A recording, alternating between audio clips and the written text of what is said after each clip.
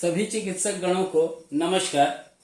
Nano technology of electrohomeopathy and its research methodology में मैं अखिलेश नारायण सिंह चौथी क्लास पेश करने जा रहा हूं। चौथी क्लास इसलिए बोलूंगा क्योंकि इससे पहले 3 क्लास जो हुई ऑनलाइन हुई और इसके बाद कुछ विराम लग गया था। कुछ कार्य ऐसे होते हैं जो हम अपने लिए भी करते हैं और कुछ कार्य ऐसे होते हैं जो जिसमें मैं फंसा हुआ था, कुछ अपने व्यक्तिगत और नारायण हर्बल स्पेशलिस्ट अनुसंधान केंद्र को आगे प्रोग्रेस करने के लिए। तो आज हम सभी रसायन शास्त्र में जब हम बात कर रहे हैं इलेक्ट्रोहोम्योपैथी के अंदर, तो इलेक्ट्रोहोम्योपैथी के अंदर समूह जो औषधियों का होता है उनकी गुणवत्ता और उनकी कार्य क्षमता के आधार पर 4 महा मेगा ग्रुप में इन्हें वर्गीकृत किया जाता है। तो इसमें क्या क्या मेडिसिन होती हैं, जिसको हम कहते हैं सोक्रोफ्लोसो, ये लिम्फेटिको होती है, लिम्फेटिकोस मेडिसिन। जो सेक्रोफ्लोसो होती है वो एस ग्रुप और जो एल ग्रुप होती है वो, ये 2 ग्रुप होती है, ये फंक्शनल ग्रुप मानी जाती है।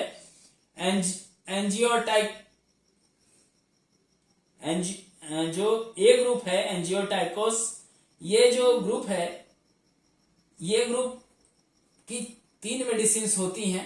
आप कहेंगे कि 4 होती है, तो एपीपी जो मेडिसिन होती है वो लिक्विड रेमेडी में गिना जाता है उसको।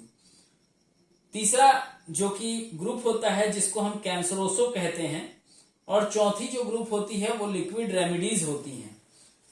इसे हमने एक तालिका के द्वारा प्रदर्शित किया, जो मैंने the legend of junior Sinha में भी इसे लिखा है, और भी कई बुक्स में ये मेरे द्वारा और छत्तीसगढ़ जन चिकित्सा कल्याण समिति छत्तीसगढ़ के द्वारा समय समय पे प्रसारित किया जाता रहा है।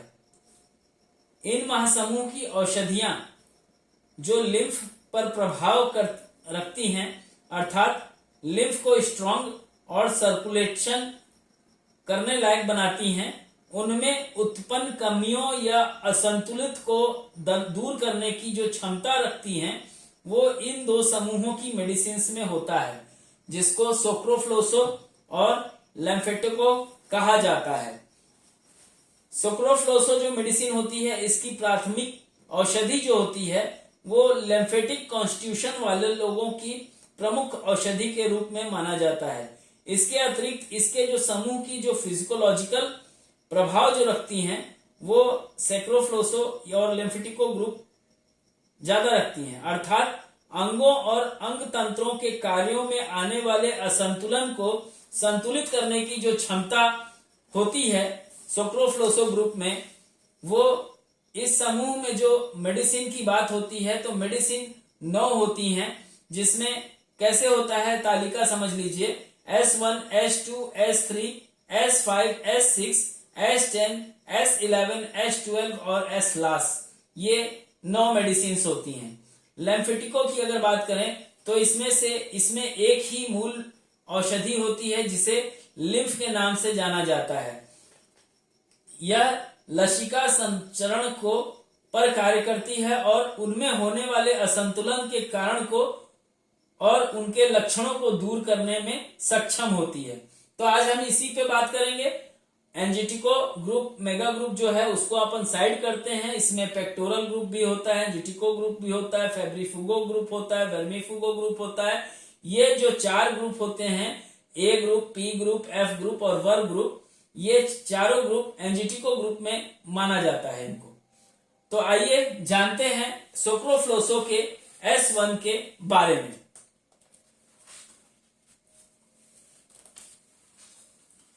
क्योंकि मैंने इसको बहुत ही छान करके निकाला है, बहुत ही मेहनत करने पड़ी है, और S1 के द्वारा किन किन डायल्यूशंस में क्यों मेडिसिन को लिया जाता है वो मैं समझाने का प्रयास करूंगा।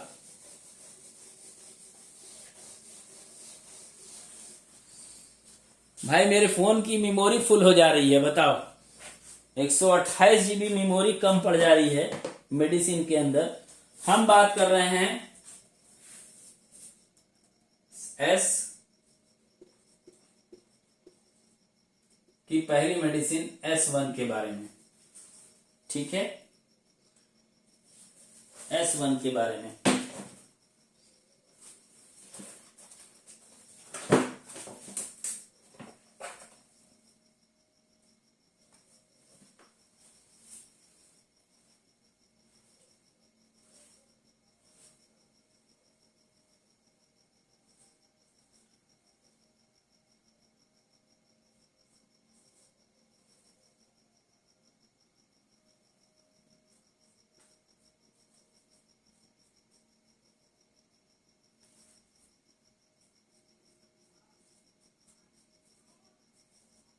स्टोमीटर, इसको स्टोमीटर के नाम से भी प्रोनाउंस किया जाता है, खास तौर पे एशिया में।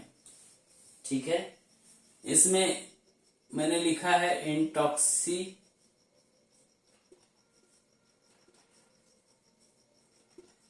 इंटॉक्सिफिकेशन। क्यों लिखा? क्योंकि सभी का मानना है कि नशे में S1 का जवाब नहीं।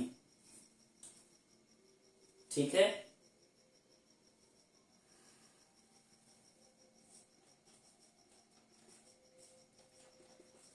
फेंटिंग,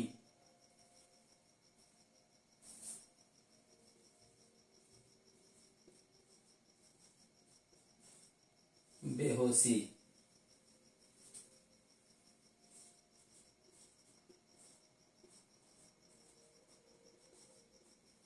कोलिक पेन,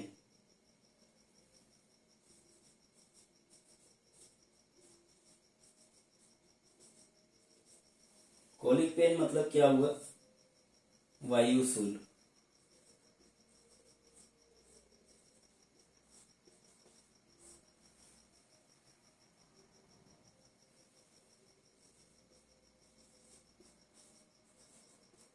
गठिया,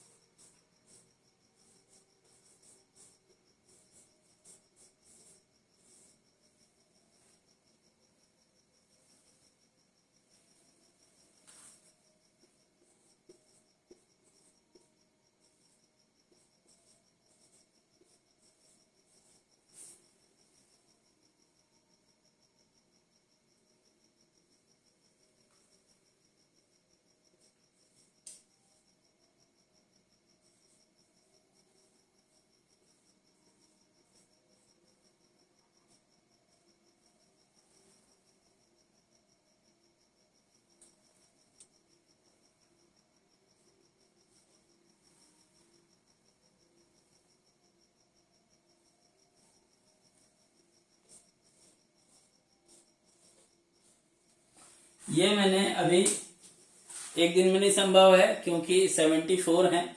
सभी को मैं स्पष्ट एक एक करके समझाते जा रहा हूं, ध्यान दीजिएगा। इंटॉक्सिफिकेशन, नशे में, क्योंकि ये मेडिसिन जब D9 जाती है तो नर्वाइन पे काम करती है, नर्वाइन पे काम करती है। तो स्वाभाविक है जब नशों में नेगेटिव पार्ट पे जा रही है, डिजेनरेटिव पार्ट पे जा रही है, नर्वाइन पे काम कर रही है, तो स्वाभाविक है कि ये मेडिसिन जब न्यूट्रल डोज के एक्यूट फॉर्म में जाएगी तो वहां पे नशे को पूर्ण रूप से हटा देगी, नशा जो होगा वो पूर्ण रूप से हटा देगी। फेंटिंग, बेहोशी, बेहोशी में मेडिसिन स्ट्रॉन्ग पार्ट में जाना चाहिए, बट अगर हम D1 में देंगे किसी कंडीशन में इस मेडिसिन को, तो इसके साथ में हमको एक मेडिसिन और ऐड करनी होगी, जो मेडिसिन का नाम है S5। क्यों? क्योंकि बेहोशी जो होती है वो, अगर हम इलेक्ट्रोहोमोपैथी के अंदर कार्य कर रहे हैं तो हमारा सबसे मेन पार्ट होता है लिवर।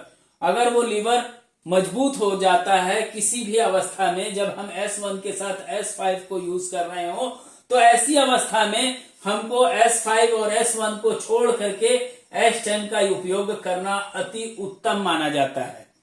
ठीक है। कोलिक पेन, वायुसूल, पेट में दर्द होना, यह बोलना चाहिए ये दर्द प्राय आईबीसी में, सॉरी आईबीसी नहीं, आईबीसी तो कैंसर का रूप है, आईबीएस में मिलता है। D2 स्ट्रॉन्ग फॉर्म में दिया जाता है, 10 ड्रॉप डोज होगा। गाउट पेन, अगर गठिया की हम बात करें तो गठिया जो होता है वो छोटे छोटे जोड़ों तक पहुंचता है। अगर हम फिंगर की बात कर रहे हैं तो ये यहां ऐसे जगहों पे मिलेगा, लेकिन थंब की अगर बात कर रहे हैं, अंगूठा, पैर का जो अंगूठा होता है उसका जो ये वाला पोर्शन होता है ना, ये वाला, इस जगह पे ज्यादातर ये इन्फ्लेमेशन देखने को मिलता है। ये बोन कैंसर में भी कई बार देखने को मिलता है। तो ऐसी कंडीशन में गठिया जब आप किसी मेल को दे रहे होंगे तो वहां पे D6 दीजिएगा, बट अगर किसी फीमेल को दे रहे होंगे तो वहां पे D9 दीजिएगा। D6 अगर दे रहे होंगे तो उसका मैक्सिमम डोज जो होगा वो 5 ड्रॉप होगा, बट महिलाओं को अगर दे रहे होंगे तो D9 देना होगा और मैक्सिमम डोज होगा वो 3 ड्रॉप होगा, उससे ज्यादा नहीं होगा। डोज डिफरेंट टाइम्स दे सकते हैं, 5 बार, 6 बार, 7 बार तक दे सकते हैं, लेकिन ध्यान रखिएगा डोज ज्यादा ना हो, नहीं तो बॉडी के अंदर एग्रेवेट देगा, पेन बढ़ा देगा। पेट के दर्द में इस मेडिसिन का जवाब नहीं।